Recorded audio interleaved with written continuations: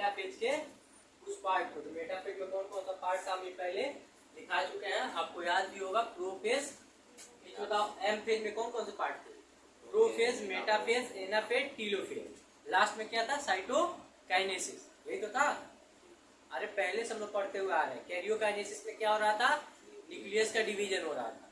लेकिन साइटोकाइनेसिस में क्या हो रहा था? साइटोप्लाज्म का डिवीजन हो रहा था।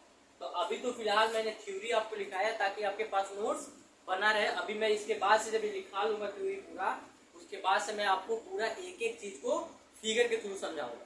पहले नॉर्मली ऐसे समझ लो क्या है, क्या कहानी बोलता है। उसके बाद हम क्या समझेंगे? एम फेज में पूरा हम फिगर के बेस पे, जो एनसीईआरटी में आपके फिगर दिया गया है उसके भी आप पे देखेंगे कि मेटाफेज में क्या होता है, उसके बाद से प्रोफेज में क्या होता है, मेटाफेज में क्या होता है, या एनाफेज में क्या होता है, या टीलोफेज में क्या होता है, या साइटोकाइनेसिस में क्या होता है, वो सारे फिगर देखेंगे।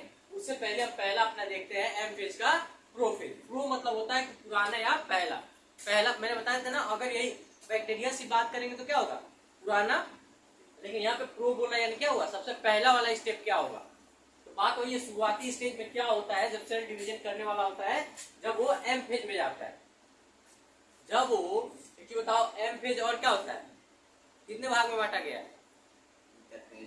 इंटरफेज और एम फेज। तो कह रहे हैं जब इंटरफेज में जाने के बाद से जब एम फेज में इंटर करता है, उसमें क्या क्या चीजें देखने के लिए मिलती हैं। तो हम देखेंगे कि एम फेज में पहला जो प्रोसेस होता है जब सेल डिवीजन होने जाता है, तो पहला क्या आता है? प्रोफेज आता है। क्योंकि इंटरफेज का तो आपने देख लिया है, G1, S और G2, ये थीम किसके हैं? इंटरफेज के हैं। अब हमें देखना क्या है? एम फेज का। एम फेज में आते हैं कितने लोग? 5 लोग हम लोग पढ़े, लेकिन 4 नॉर्मली होते हैं। Metaphase, prophase, metaphase, anaphase, telophase और साइटोकाइनेसिस, ये तो रहेगा। तो पहले प्रोफेज में देखो क्या बोला है, कह रहा है कि prophase mark by the initial of the condensation of the chromosome of the material. मतलब कह रहा है कि ये प्रोफेज वो फेज होता है जिसमें क्या होता है? मार्क होता है और इनिशियल स्टेज होता है। किसके लिए? क्रोमोसोम के लिए। क्रोमोसोम क्या होते हैं? धीरे धीरे खुलना स्टार्ट होता है यहाँ। अरे क्रोमोसोम जानते हो ना, जो डीएनए के अंदर पाया जाता है। अभी मैं फिगर बताऊंगा तो समझ में सब आएगा। कह रहा है कि ये वो फेज होता है जिसमें क्या होता है? Condensation of chromosome material. इसमें क्या किया जाता है? क्रोमोसोम मटेरियल को कंडेंसेशन किया जाता है, मतलब खोला जाता है। दूसरा देखो क्या बोला है इसी में प्रोफेज में, कह रहा है कि chromosome are the seen to the compose of the two chromatin attach together of the centromere. मतलब कह रहा है कि ये जो क्रोमोटाइड होते हैं जो अटैच होते हैं कहाँ पे? सेंट्रोमियर से। क्रोमोसोम में जो देखने के लिए क्या मिलता है? 2 क्रोमेटाइड, मतलब 2 धागे देखने के लिए मिलते हैं। अरे धागे देखे हो? अरे ऐसे नॉर्मली धागा देखे हो? सुई धागा देखे हो? तो सुई के अंदर जब धागा निकाल कैसे करते हो तो 2 धागा हो जाता है कि नहीं? तो वही ये भी कह रहा है कि जो क्रोमोसोम है, क्रोमोसोम में 2 क्रोमेटिन देखने को मिलते हैं, मतलब 2 धागे मिलके एक क्रोमोसोम को बना रहे होते हैं। और खुलेगा तो दोनों धागा निकलेगा कि नहीं निकलेगा? अगर नॉर्मली बताऊं, कोई वायर है वहां पे देखना, वायर तो होगा नहीं, कोई ऐसे वायर होगा यार, बहुत वायर है यहाँ पे।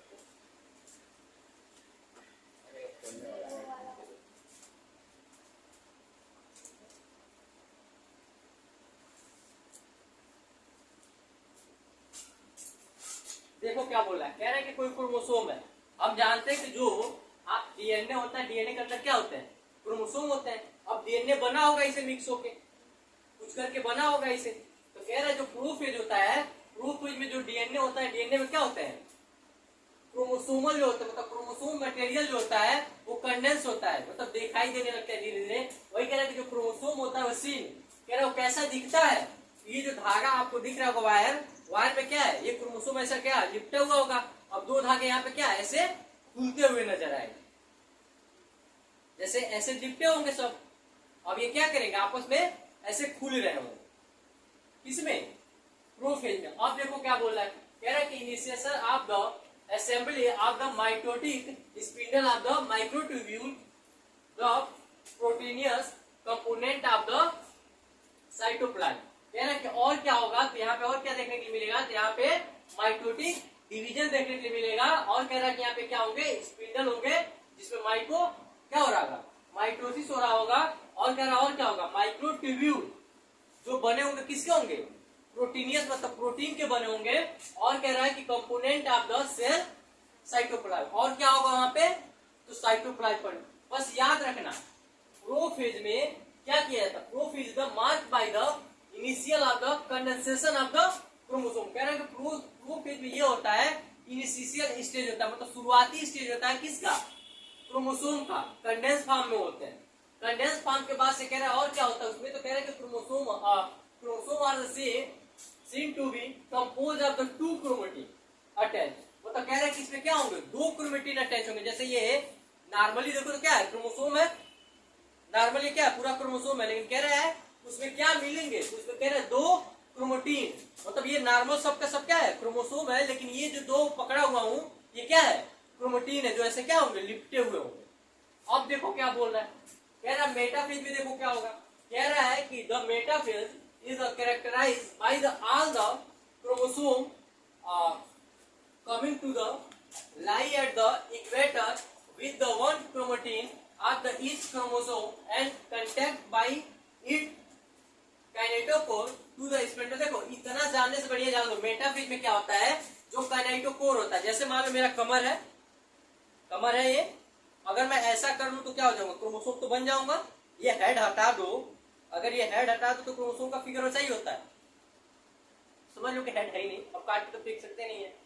मान लो ऐसे क्या है, ये क्रोमोसोम होगा, मान लो पूरा मेरा हाथ क्या हुआ, ये भी एक तक करके अगर ब्रेन हटा दिया जाए तो क्या होगा, फिर नीचे तो हो जाएगा। दो आर्म का होता है कि नहीं होता है। तो क्रोमोसोम अगर है तो कह रहा है कि ये जो बीच वाला पार्ट होगा ये क्या होगा, काइनेटोकोर होगा, यही होगा। कह रहा है कि इसमें क्या होगा, spindle fibre form the one pole and eat the sister chromosome containing of the it kinetochore and spindle fibres form the opposite pole. मतलब कह रहा है कि यहाँ पे क्या होंगे, जैसे अगर मैं बोलना चाहूं तो एक धागा यहां से जुड़ा होगा, अरे मान लो मान लो क्या है, मैं मान लो यहाँ पे कैसे, मतलब समझ लो मेरा शरीर है, शरीर को हमने क्या कर दिया, ऐसे कर दिया, मतलब पैर इधर और हाथ इधर। अब मैं यहाँ कमर से को बांधा हूं और एक को इस कमर से बांधा हूं। अब ये कमर वाला है, ये जाके किसी उस पोल पे जुड़ेगा, एक होगा जो नीचे वाले पोल से जुड़ेगा। वही बोला है कि जो क्रोमोसोम होता है, जो काइनेटोकोर होता है, उसमें क्या करेंगे, जो स्पिंडल फाइबर होंगे वो क्या करेंगे, उसके काइनेटोकोर से जुड़ के ये एक जो साइड होगा वो एक पोल से जुड़ेगा और दूसरा जो साइड होगा वो दूसरे पोल से जुड़ेगा। अरे जैसे मैं कहना चाहूं, मान लो ये कोई क्रोमोसोम का है, अभी फिगर पर दिखाऊंगा तो सब समझ जाएगा क्या कह रहा हूं। जैसे ये क्या है, मान लो कोई क्रोमोसोम है, जो मैं जहां बांधा हूं क्या है, काइनेटोकोर है। अब बांधने के बाद से ये एक धागा इधर जा रहा होगा और एक इधर होगा, तो कह रहा है कि कैसे जुड़े होंगे। तो मान लो अगर ऐसे रखा गया है तो इसका पोल कहां होगा, एक पोल इधर होगा, एक पोल इधर होगा। अगर मैं यहाँ पे रख दूं और खींचूंगा तो ये क्या करेगा, एक इस पोल से जुड़ेगा और दूसरा कहां जुड़ेगा, इस पोल से जुड़ेगा। समझ में आ रहा है क्या बोल रहा हूँ। तो कह रहा है कि मेटाफोर में क्या होता है, जो मेटाफेज होता है इसमें जो क्रोमोसोम होते हैं, क्रोमोसोम का जो काइनेटोकोर होता है उससे क्या होता है, स्पिंडल फाइबर जुड़ के एक पोल से दूसरे पोल पे अटैच होते हैं। और जो क्रोमोसोम होता है वो कहाँ होता है, इक्वेटर पे आके लाई करता है। मतलब एक जगह होगा जो बीच में ऐसे लाइन खींचा होगा और इसी पे क्या करेंगे, ऐसे आके ये लाई कर रहे होंगे। जैसे कहने का मतलब मेरा ये है, ऐसे आके क्या करेंगे, इक्वेटर पे कई क्रोमोसोम होंगे ना, यहाँ यहाँ यहाँ सब करके क्या होंगे, जुड़े होंगे। और यही से वायर निकला होगा जो, मतलब कहने को जो स्पिंडल फाइबर निकला होगा जो पोल से अटैच हो रहा होगा। अभी मैं फिगर बनाऊंगा तो फिगर होगा, बस इतना दिमाग में रखना। इक्वेटर मतलब क्या होता है, बीच में। यहाँ पे क्या करेंगे, सब के सब जैसे मान लो ऐसे ही फाइबर इसमें भी बांध दो, तो मान लो दो क्रोमोसोम तो क्या करा, एक क्रोमोसोम आया ऐसे पहले था, लेकिन अब इक्वेटर पे आके लाई कर गया। प्रोफेज में ऐसे था, खुलने वाले आकार में था, लेकिन कह रहा है कि मेटाफेज में क्या किया, इक्वेटर पे आके लाई कर गया। ये भी क्या करेंगे, इक्वेटर पे आके लाई कर गया। सबके सब इक्वल हो गए ना, ये भी क्या करेंगे, सबके सब इक्वल फॉर्म पे, मतलब इक्वेटर पे आके रुक जाएंगे। और इस सब में से क्या निकला होगा, स्पिंडल फाइबर निकलोगे जो जाके पोल से अटैच हो रहे होंगे। अब देखो भाई, दो पोल चाहिए ना इसको बांधने के लिए। अगर मान लो ये दो वायर है तो इसको क्या चाहिए, दो पोल चाहिए बांधने के लिए, तभी तो ये रुकेगा। देखो जब तक दो पोल नहीं चाहिए, दो तरह के तरीके से नहीं पकड़ोगे, तब तक ये काम नहीं करेगा। उनको दिखा रहा हूँ तुमको हल्का सा।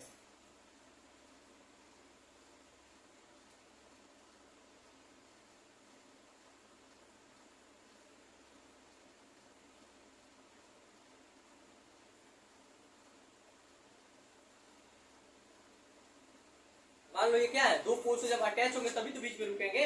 अब मान लो हमको इक्वेटर पर रोकना है, इक्वेटर पर रुकने का मतलब क्या होगा, यहाँ पे चिपका होगा, बीच में रुकेगा ऐसे। एक जो स्पिंडल फाइबर होगा ऊपर जाके जुड़ेगा, और एक जो होगा वो नीचे वाले पोल से जुड़ेगा।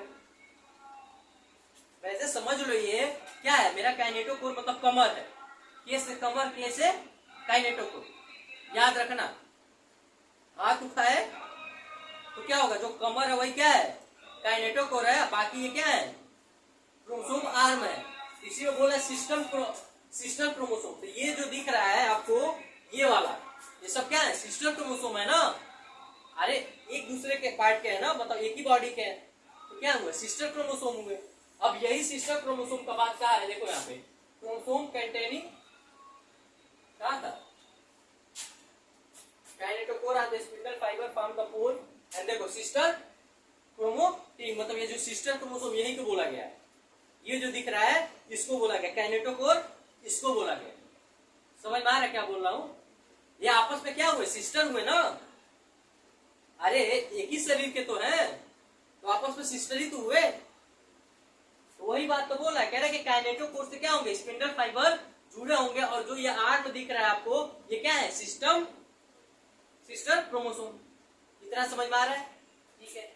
आगे देखो क्या बोल रहा है, कह रहा है कि kinetochore to the spindle fibre from the opposite pole. मतलब कह रहे हैं कि ये क्या करेंगे, एक अपोजिट पोल हो जाएगा, आमने सामने उल्टा चले जाएगा। मतलब एक क्या होगा, एक स्पिंडल फाइबर एक पोल से जुड़ा होगा, दूसरा दूसरे पोल से जुड़ा होगा। अब देखो क्या बोल रहा है, कह रहा है कि द प्लेन ऑफ द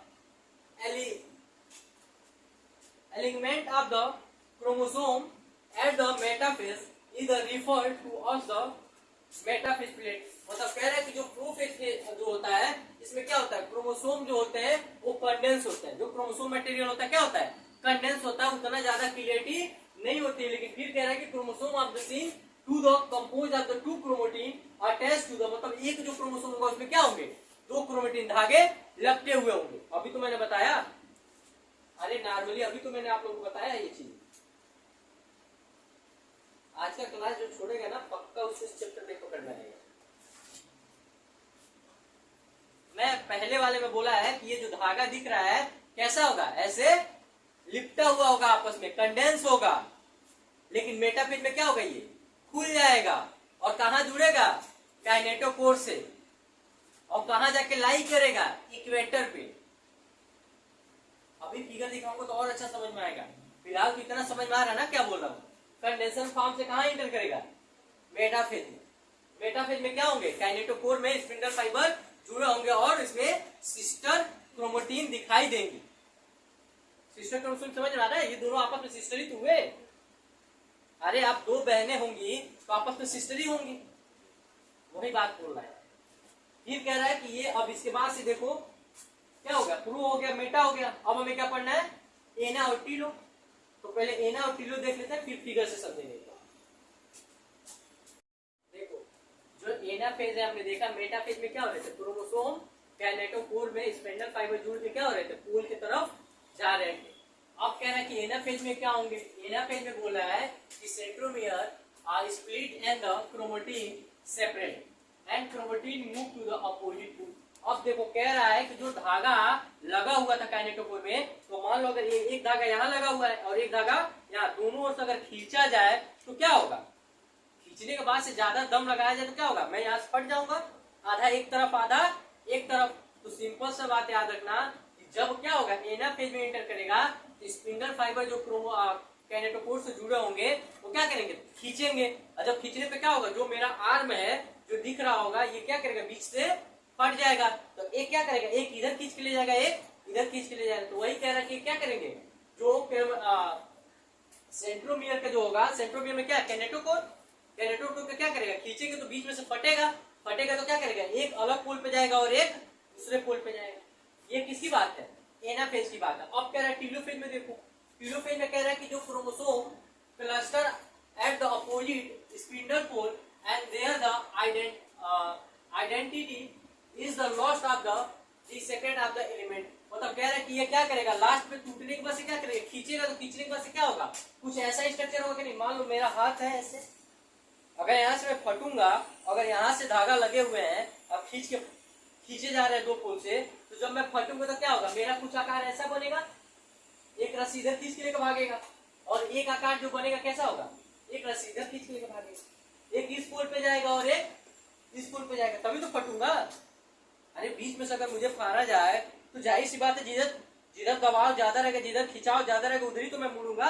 अगर मान लो इधर वाला खींचेगा तो मैं क्या करूंगा, ऐसे मुड़ूंगा, यानी मेरा कमर वाला चीज कहाँ जाएगा, आगे की तरफ। यहाँ भी क्या हो रहा है, जब एक पोल खींच रहा है तो जब मैं फटूंगा तो दो भाग में कटेगा कैनेटोकोर, तो क्या करेंगे, दोनों वाला भाग उस साइड खिंचाव बनाएंगे। जब खिंचाव आएंगे तो क्या होगा, आर्म आगे की तरफ होगा, लेकिन कैनेटोकोर इसी तरफ चला जाएगा। समझ में आ रहा है क्या बोल रहा हूँ। अब यही बोला कि टीलोफोज में बोला है कि जो सेंट्रोसोम होते हैं वो क्या होंगे, गुच्छा के तरफ में आ जाएंगे, क्लस्टर के फॉर्म में आ जाएंगे। फिर कह रहा है कि अपोजिट स्पिंडल पोल कहाँ देखने के मिलेंगे, तो जो स्पिंडल पोल होंगे, मतलब पोल ही तो सबसे जुड़ा हुआ है। पोल का मतलब क्या होता है, एक पोल देखोगे ना घर पे, वहां से क्या होता है, वायर जुड़े होते हैं। अरे वायर ही तो जाते हैं पोल से। पोल देखो, पोल बिजली का खंभा, उसमें से क्या गुजारा जाता है, हवाई जहाज की ट्रेन, तार ही तो जाता है।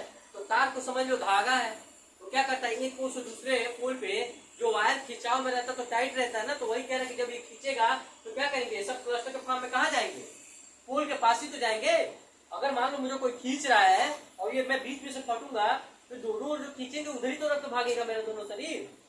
अगर दो भाग से कटे तो ये कहाँ जाएगा, पोल के पास, जो खींच रहा होगा वहां जाएगा, और इधर वाला पोल जहाँ खींच रहेगा वहां जाएगा। यही तो होगा, यही बात यहाँ पर बोला। कह रहा है कि और क्या होगा, तो nucleus develops assembled to the around the chromosome and cluster nucleus is the Golgi और complex area। देखो मतलब कह रहा है कि जो फटा होगा, जो स्पिंडल फाइबर के पास जाएगा, फिर क्या होगा, वहां पे रीजनरेट होना स्टार्ट होगा। किसमें, याद रखना क्वेश्चन पूछा गया टीलोफेज में ही, न्यूक्लियस और गोल्गी कॉम्प्लेक्स और ये क्या होंगे, रीफॉर्म होंगे, फिर दोबारा बन जाएंगे। जो क्लस्टर फटा हुआ था किसमें, एनाफेज में फटा था, टीलोफेज में नहीं फटा है, याद रखना। कहां पे दो भाग में टूटे हैं सब, एनाफेज में, और कहां पे रीअराइज हो रहे हैं सब, फिर अपने नॉर्मल फॉर्म में आ रहे हैं, टीलोफेज में। याद रखना, सब चीजें दोबारा फिर बन जाती है, जैसा था वैसा फिर क्रिएट होता है किसमें, टीलोफेज में, जिसमें बोला है कि न्यूक्लियस, गोल्गी कॉम्प्लेक्स और ईआर रीफॉर्म हो जाते हैं, दोबारा बन जाते हैं। जब क्या होता है, जब क्रोमोसोम बट जाता है दो भाग। अरे जब क्रोमोसोम होता है डीएनए, डीएनए के अंदर क्या, क्रोमोसोम, वही क्रोमोसोम जब दो भाग में बट गया तो एक नया क्रोमोसोम ये हो गया, एक नया क्रोमोसोम ये हो गया, तो दो क्रोमोसोम आ गया हमारे पास। क्रोमोसोम नंबर उतना ही रहेगा, वो चेंज नहीं होगा। तो वही कह रहा है कि जब दो भाग में हो जाएगा तो और क्या होगा वहां पे, तो जो न्यूक्लियस जो रीजनरेट मतलब जनरेट हो गया था, जैसे डिस्ट्रॉय हो गया था, फिर क्या करेगा, रीजनरेट हो जाएगा, फिर फॉर्म हो जाएगा, फिर गोल्गी भी, फिर गोल्गी बॉडी भी फॉर्म हो जाएगा, और ईआर भी। याद रखना, न्यूक्लियस, गोल्गी कॉम्प्लेक्स और ईआर रीफॉर्म हो जाते हैं किस फेज में, कहां पे क्रोमोसोम बट जाते हैं, एनाफेज में।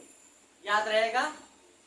अब कह रहा है कि साइटोकाइनेसिस, साइटोकाइनेसिस में कह रहा है कि the cell of the division into the daughter cell. कह रहा है कि साइटोकाइनेसिस में साइटोकाइनेसिस वो फेज है जहां पे एक सेल से क्या होता है, दो सेल बन जाता है। जैसे मान लो अगर मैं कहूँ, जैसा अभी दिखाऊंगा फिगर, बस मान लो ये क्या है, सेल है। अब कह रहा है कि एक, अब जानते हैं कि एक सेल से, एक ही सेल में क्या हुआ, दो न्यूक्लियस फॉर्म हो गए, दो गोल्गी बॉडी फॉर्म हो गए, दो क्रोमोसोम फॉर्म हो गए। कहाँ पे, टीलोफेज में ना, क्योंकि सब बट गए थे, यहाँ पे सब बटे थे और यहाँ फिर सब फॉर्म हो गए। तो कह रहा है कि इसके बीच में हम जानते हैं कि साइटोकाइनेसिस साइटोप्लाज्म होगा। अब ये क्या करेगा, ये बीच से टूटेगा, जब ये टूटेगा तो एक सेल इसको नया बना देगा, ये वाला एक सेल नया बना देगा, तो दो सेल बन जाएगा। तो दो सेल जो बनता है उसी को क्या बनता है, डॉटर सेल बोलते हैं। कुछ समझ में आया। फिर कह रहा है कि सेपरेट है द प्रोसेस कॉल्ड, मतलब कह रहा है कि पूरे प्रोसेस को क्या बोलते हैं, एक सेल से दो सेल में बंटना ही क्या होता है, साइटोकाइनेसिस होता है। फिर कह रहा है कि at the end of the which of the division in the complete. और कह रहा है कि इसके बाद से क्या होता है, डिवीजन, सेल डिवीजन क्या हो जाता है, कंप्लीट हो जाता है, मतलब एक सेल दो भाग में टूट जाता है, यहाँ पे कंप्लीट हो जाता है। फिर कह रहा है कि देखो, कह रहा है कि इन एनिमल, अगर एनिमल सेल की बात की जाए तो इसमें जो सेल डिवीजन होता है, कह रहा है कि appearance of the furrow, furrow मतलब देखो क्या होगा, ये धीरे धीरे इसमें क्या होंगे, फ्यूरो मतलब जाली टाइप के, पोर टाइप के बनना स्टार्ट होगा, तभी तो टूटेगा, बनेगा नहीं तो टूटेगा कैसे। फिर कह रहा है कि reach of the plasma membrane, कह रहा है कि ये पोर टाइप कहां देखने मिलता है, एनिमल सेल में जब जाओगे तो जो उसका प्लाज्मा मेम्ब्रेन होगा उसी के ऊपर पोर बनते हुए नजर आएंगे। सेल डिवीजन किसमें, साइटोकाइनेसिस में। याद रखना कौन कहां चीजें पढ़ रहे हो, साइटोकाइनेसिस में ये चीजें दिख रही है ना, याद, यही तो पूछा जाता है, पूछ लेगा कि बताओ जो फ्यूरोफॉर्म होता है एक प्लाज्मा मेम्ब्रेन में किस कहां देखने को मिलता है, तो दिया होगा ऑप्शन में साइटोकाइनेसिस, टेलोफेज, एनाफेज, मेटाफेज, तो आप टी कहां करोगे, साइटोकाइनेसिस में। फिर ये पूछ ले कि किस सेल में देखने के लिए मिलता है, animal cell, plant cell, unicellular cell या अमीबा, तो कहां मारोगे, एनिमल सेल। समझ में आ रहा है क्या बोल रहा हूं।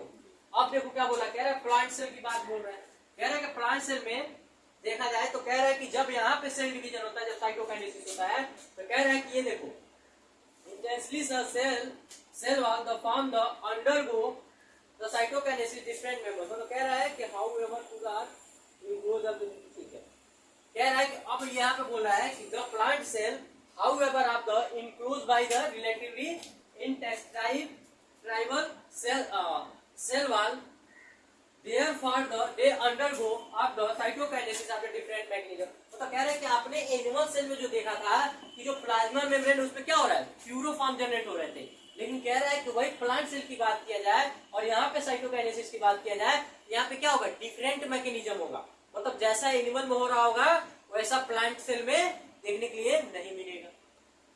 इसमें साइटोकाइनेसिस, ये सारा प्रक्रिया सेम है, टीलोफेज तक कोई डिफरेंट नहीं है प्लांट और एनिमल में।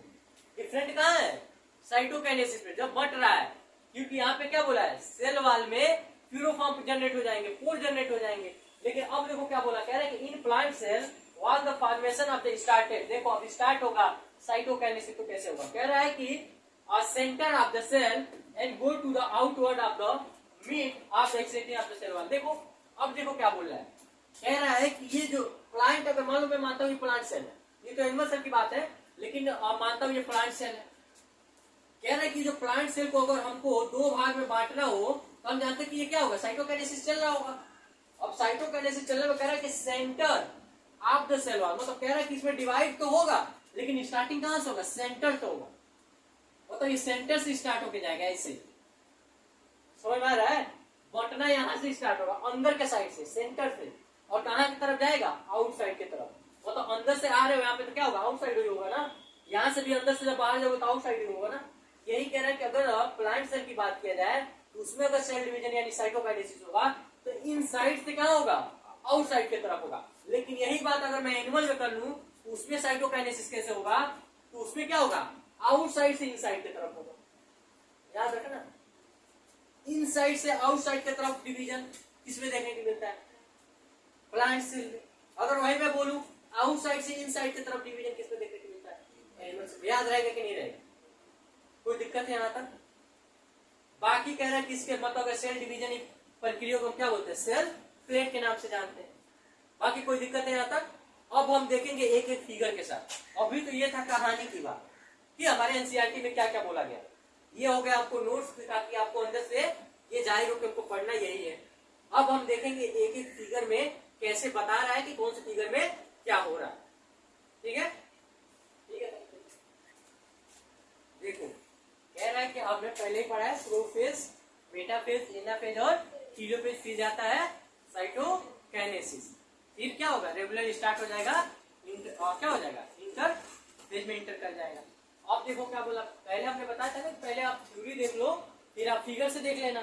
अब फिगर में देखो क्या बोला है, कह रहा है कि जब अर्लियर मतलब जब शुरुआती का मतलब शुरू वाला जब क्या होता है, प्रोफेज जब होता है उसमें क्या होता है, देखो जब शुरू का प्रोफेज है तो आपको तुमको दिख रहा होगा कि सारे कैसे हैं, जैसे मैंने अभी बताया था ना आपको, मैंने जैसे बताया था कि एक वायर आपस में जैसे लिपटा हुआ होता है, ऐसे दिख रहा है, ये क्या करता है, आपस में ऐसे लिपटे हुए होते हैं, वही तो दिख रहा है आपको, देखो उसमें ठीक है, सब आपस में ऐसे ही लिपटे हुए हैं अगले प्रोफेज में। लेकिन वही कह रहा है कि लेटर प्रोफेज मतलब कुछ देर बाद आप नोटिस करेंगे तो ये जो घूमा हुआ है, ऐसे जो वायर वायर की तरफ घूमा हुआ दिख रहा है, वो क्या होगा, ये वायर खुल गया होगा और ऐसा दिखने लगेगा एक लाइनिंग की तरफ। समझ में आ रहा है? पहले कैसा होगा, वायर की तरह होगा, छोटा सा वायर होगा, दो दिखता है, वहां पे एक छोटा सा कटा हुआ वायर है।